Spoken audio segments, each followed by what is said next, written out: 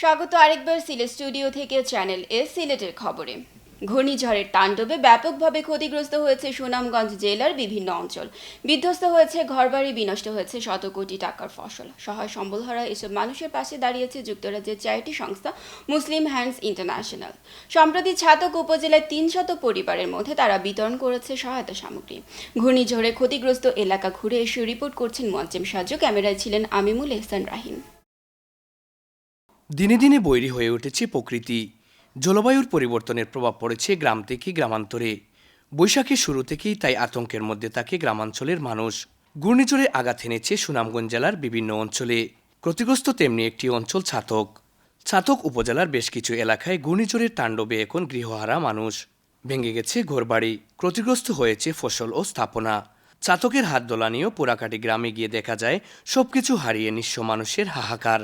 বাড়িঘর উড়াইয়া হালাইছে গাছ মেরে তা নাই দুনিয়ার ঘর। আমার বাড়িঘর হলতা ফালাই দিয়ে হলতা চাউল দিছে কি উড়াইয়া আমার বাচ্চাগুলো রইয়া আমি অসহায় হয়েছে আমার একটা গড় দিতা।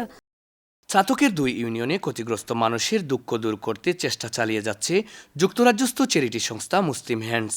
সহায়তা সামগ্রী নিয়ে তারা দাঁড়িয়েছে এসব অসহায় মানুষদের পাশে। সংস্থার সাথে জড়িতরা বললেন, এসব অসহায় মানুষদের পাশে দাঁড়াতে পেরেই তারা তৃপ্ত। এখানে ঘূর্ণিঝড়ের কারণে খুব বেশি ক্ষতি হয়েছে, অনেকের ঘর ভেঙে গেছে। এখানে লোকেরা বলেছেন প্রায় 180 জনের ঘর ভেঙে গেছে এবং মানুষের অবস্থা খুবই দুর্বিষহ। আমরা যে চোখে এগুলো দেখেছি। আমরা চেষ্টা করব যে মুসলিম হ্যান্ডসের পক্ষ থেকে যদি আরো বড় কিছু করা যায়। যারা আমাদের দাতা আছে আমাদের লন্ডনে, যারা সবসময় তাদের সহযোগিতা হাত সবসময় বাড়ায় দিচ্ছে এবং এই বন্যায় এবং এই যে টর্নেডোতে যারা এগিয়ে এসছে, আমি তাদের কাছে উদাত্ত আহ্বান করব যেন এই শেল্টার হোম প্রজেক্টে যেন তারা দুহাত বাড়ায়, যেন তারা তাদের সাহায্যের হাত যেন বাড়ায় দেয়। মুসলিম হ্যান্ডসের পক্ষ থেকে রোববার 2 ইউনিয়নে অন্তত 3 শতাধিক পরিবারের মধ্যে বিভিন্ন সহায়তা সামগ্রী বিতরণ করা হয়। এ সময় সংস্থাটির পক্ষ থেকে উপস্থিত ছিলেন মুসলিম হ্যান্ডস বাংলাদেশের কান্ট্রি ম্যানেজার গুফরান আহমদ চৌধুরী ও senior project manager Mohammad Ashrafuzzaman.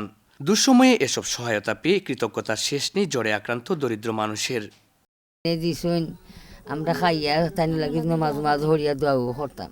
মুসলিম হ্যান্ডসে আমরা সাহায্য করছেন, আমরা তারা লাগে দোয়া করবো। মুসলিম হ্যান্ড একটা বিগ হ্যান্ডস আমরা মনে করি, তারা আমাদেরকে যথেষ্ট পরিমাণ সহযোগিতা করার সুযোগ আছে, সেই সুযোগটিকে আমরা কাজে লাগানোর জন্য বিনীত আহ্বান জানাচ্ছি।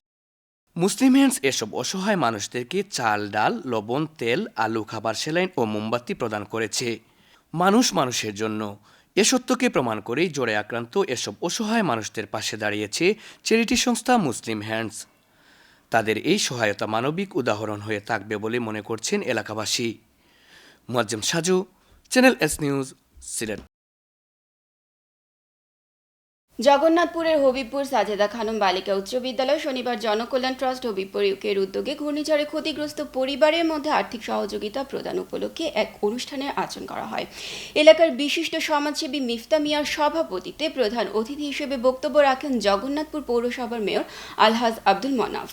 বিশেষ অতিথি হিসেবে বক্তব্য রাখেন স্থানীয় ward councillor Delwar Hossain, Janakalyan trust হবিবপুরের treasurer Imrul Haque Hirok, trustee Juned Ahmad, trustee Hasan Ahmad, trustee Shibli Ahmad, সমাজকর্মী মোহাম্মদ কবির উদ্দিন ও নোমান আহমদের যৌথ সঞ্চালনায় অন্যান্যের মধ্যে বক্তব্য রাখেন গ্রামের প্রবীণ মুরব্বী সমাজসেবী হাজী শামসু মিয়া, আব্দুল হক, মোহাম্মদ সাদেক মেম্বার, মোহাম্মদ চুনু মিয়া, মোহাম্মদ আলকাব আলী, মোহাম্মদ জয়নাল মিয়া, মোহাম্মদ মিনার আলী, মোহাম্মদ মাসুক মিয়া, মোহাম্মদ কামাল প্রমুখ। সভায় প্রধান অতিথির বক্তব্যে জগন্নাথপুর পৌরসভার মেয়র আলহাজ আব্দুল মনাফ বলেন, আর্ত মানবতার সেবায় কাজ করা সকল মানুষের দায়িত্ব। আমার গ্রামে প্রবাসীদের সম্বন্ধে গঠিত জনকল্যাণ ট্রাস্ট সত্যিকারের জনকল্যাণে কাজ করায় আমি আনন্দিত। তাদের এই ধরনের মানবিক কাজ অব্যাহত থাকবে বলে আশা করছি। জনকল্যাণ ট্রাস্ট হবিবপুর ইউকের প্রতিষ্ঠাতা ট্রাস্টি ট্রেজারার ইমরুল হক হিরক বলেন, জনকল্যাণ ট্রাস্ট হবিবপুর ইউকে হবিবপুর গ্রামের সার্বিক উন্নয়নে কাজ করতে প্রতিষ্ঠা করা হয়েছে। গ্রামের সকল মানবিক কাজে আমরা অংশ নিতে চাই, যার প্রেক্ষিতে সাম্প্রতিক ঘূর্ণিঝড়ে ক্ষতিগ্রস্ত পরিবারগুলোকে আর্থিক সহায়তা হিসেবে 1,02,000 টাকা আজ বিতরণ করা হয়।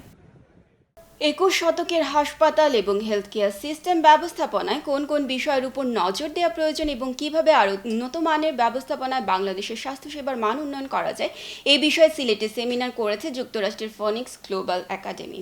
সিলেট উইমেন্স মেডিকেল কলেজ ও হাসপাতালের আয়োজনে এই সেমিনারে অংশগ্রহণের মাধ্যমে চিকিৎসকরা রোগীদের আরও উন্নত মানের স্বাস্থ্যসেবা পৌঁছে দিতে সক্ষম হবে বলে মনে করেন সংশ্লিষ্টরা। সিলেট থেকে বিস্তারিত জানাচ্ছেন হুসাইন আহমেদ সুজাত, ক্যামেরায় ছিলেন আমিমুল এহসান রাহিম। সময়ের সাথে সাথে সবকিছুই বদলে যাচ্ছে, সব সেক্টরেই এখন যুগ হচ্ছে উন্নত প্রযুক্তির ছোঁয়া। সেই সাথে সেবার মান কিভাবে বৃদ্ধি করা যায় তা নিয়ে চলছে বিস্তর গবেষণা বিশ্লেষণ। অন্য সব সেক্টরের মতোই চিকিৎসা সেবায় এসেছে নতুনত্ব। উন্নত বিশ্বের এসব ধ্যান ধারণা সিলেটের হাসপাতালে পরিচিত করার লক্ষ্যেই সিলেট উইমেন্স মেডিকেল কলেজে অনুষ্ঠিত হলো leading and managing in 21st century hospital and health care সিস্টেমের উপর এক সেমিনার। এর আয়োজক ছিল যুক্তরাষ্ট্রের ফোনিক্স গ্লোবাল একাডেমি। ইকিউ এবং আইকিউ ইন্টেলিজেন্স ব্যবহার ও কিভাবে সবাই নিজের পার্সোনাল ডেভেলপমেন্ট করে স্বাস্থ্যসেবায় উন্নতি ঘটানো যায় তা সেমিনারে আলোচনা করেন ফোনিক্স গ্লোবাল একাডেমির পরিচালক ডক্টর হানসেন।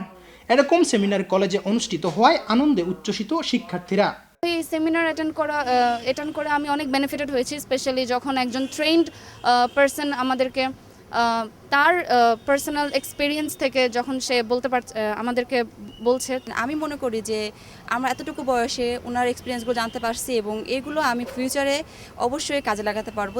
হাসপাতালে রোগীদের উন্নত মানের স্বাস্থ্যসেবা পৌঁছে দিতে হাসপাতালের চিকিৎসকদের জন্য এই সেমিনার অনেক গুরুত্বপূর্ণ, এমনটাই মনে করেন সিলেট উইমেন্স মেডিকেল কলেজের চেয়ারম্যান ডক্টর ওয়ালি তসরুদ্দিন। তো আমাদের যে ঠিকমতো এডুকেশন দিতে না পারি, আমাদের এই যে মানুষেরা পেশেন্ট এখানে আসছে, আমাদের এই সিলেটের মধ্যে অনেক কোয়ালিটি সার্ভিস নেই, সমস্ত বাংলাদেশি কোয়ালিটি সার্ভিস নেই। তার জন্য আমরা চাচ্ছি highest possible. Sylhet women's medical কলেজের শিক্ষার্থী, ইন্টার্নি ডাক্তার, কর্মচারী, কর্মকর্তাদের কাজের গতিশীলতা বাড়াতে প্রতি বছর এমন সেমিনার আয়োজন করবে জানালেন হাসপাতাল কর্তৃপক্ষ। আমরা একটা মিশন ঠিক করেছি যাতে করে এটা সাউথ ইস্ট এশিয়ার মধ্যে একটা স্থান করে দিতে পারে এবং এজন্য স্টেপ বাই স্টেপ আমরা আমাদের অ্যাক্টিভিটিসগুলো চালু করছি। এরই প্রাথমিক পদক্ষেপ হিসেবে আমাদের আজকের এই সেমিনার অনুষ্ঠিত হচ্ছে। সেমিনারে আরও উপস্থিত ছিলেন সিলেট উইমেন্স মেডিকেল কলেজের অধ্যক্ষ doctor Mohammad Rezaul Karim, Sylhet women's medical college হাসপাতালের পরিচালক ব্রিগেডিয়ার জেনারেল অবসরপ্রাপ্ত ডাক্তার মোহাম্মদ তুজাম্মেল হক সহ হাসপাতালের অধ্যাপক ও প্রশাসনিক কর্মকর্তারা। সাইন আহমেদ সুজাত, চ্যানেল এস নিউজ, সিলেট।